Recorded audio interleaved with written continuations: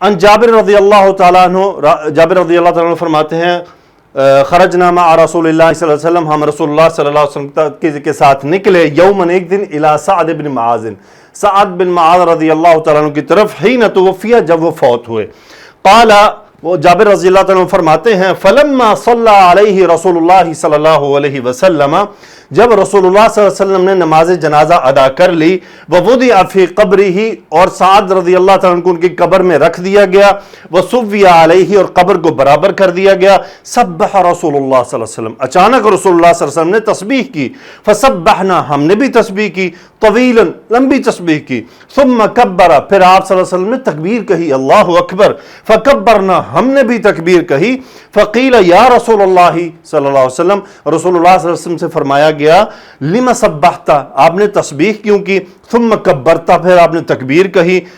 یہاں پہ ایک پوائنٹ دیکھیے کہ صحابہ جب کوئی ان یوزول چیز دیکھتے تھے تو اس کے بارے میں سوال کرتے تھے، کیونکہ رسول اللہ صلی اللہ علیہ وسلم کا عام معمول تو نہیں ہے کہ جب آپ دفناتے ہیں تو یہ نہ آپ تکبیر کہتے ہیں نہ تسبیح کہتے ہیں، ایسا یہاں کیوں ہوا؟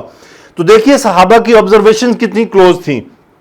قال، آپ صلی اللہ علیہ وسلم فرمایا لقد تضايق على هذا العبد قبره، اس بندے پر اس کی قبر تنگ ہو گئی، حتیٰ یہاں تک کہ فرجہ اللہ عنہ، اللہ نے ان کے لیے کشادگی پیدا کر دی، قبر کو کشادہ کر دیا۔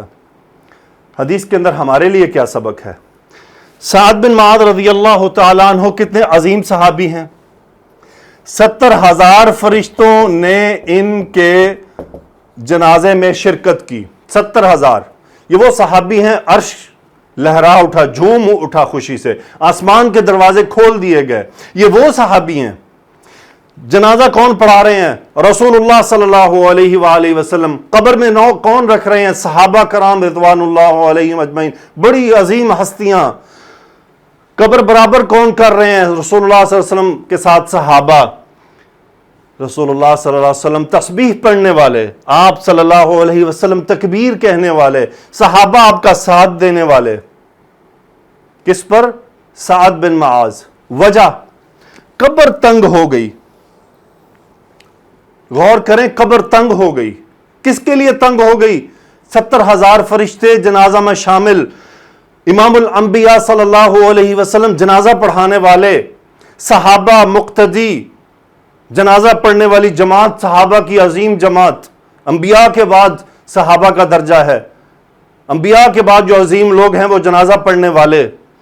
پھر آپ پر قبر تنگ ہو گئی، پھر رسول اللہ صلی اللہ علیہ وسلم کی تسبیح کام آئی، آپ کی تکبیر پھر کام آئی، اللہ نے کشادگی پیدا کر دی۔ میرا اور آپ کا کیا بنے گا؟ ہمارے جنازہ پڑھانے والے کون ہیں؟ ہمارے جنازہ پڑھنے والے کون ہیں؟ ہم جب قبر میں داخل ہوں گے تو یہ سب کون کرے گا ہمارے لیے؟ لمحہ فکریہ، یہ حدیث ہمارے لیے بہت بڑا سبق چھوڑ رہی ہے۔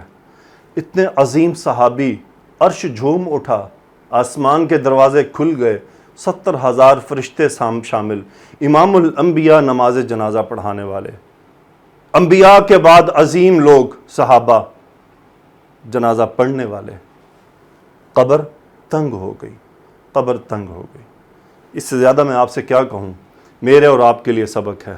اللہ تعالیٰ سے دعا ہے کہ یا اللہ ہمیں قبر کے فتنوں سے بچانا۔ سبحانک اللہم و بحمدک، اشہد ان لا الہ الا انت، استغفرک و اتوب الیک۔ اللہم صلی علی سیدنا و مولانا محمد و علی آلہ و اصحابہ و بارک و سلم تسلیما کثیرا، آمین یا رب العالمین۔